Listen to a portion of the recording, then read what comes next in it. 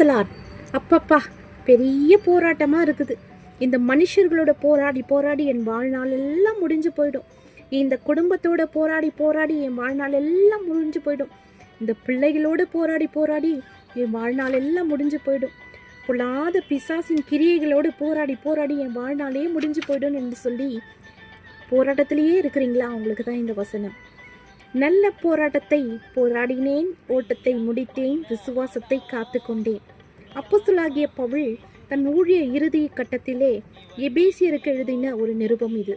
அவர் வாழ்க்கையில பொல்லாத கிரியைகள், அவருக்கு இருக்கிற போராட்டத்தை போல நம் வாழ்க்கையில் அனுபவித்திருக்க மாட்டோம்.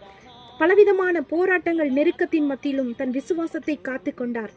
நமக்கும் நம்ம குடும்பத்தின் மூலயமாக, சில நபர்களின் மூலயமாக அநேக போராட்டம் வரலாம். நம் ஊழியத்திலும் அநேக போராட்டம் வரலாம். ஊழியமா? நான் என்ன ஊழியம் செய்கிறேன்? உங்களுக்கு கொடுத்த குடும்பம் தாங்க உங்களுக்கு ஊழியம். உங்களுக்கு கொடுத்த பிள்ளை, உங்களுக்கு கொடுத்த கணவர் தான் உங்களுக்கு ஊழியம். அந்த ஊழியத்தில் கர்த்தரிடத்துல பொறுமையும் நிதானத்தையும் விசுவாசத்தையும் கேட்டு அதை பெற்றுக்கொள்ளணுங்க.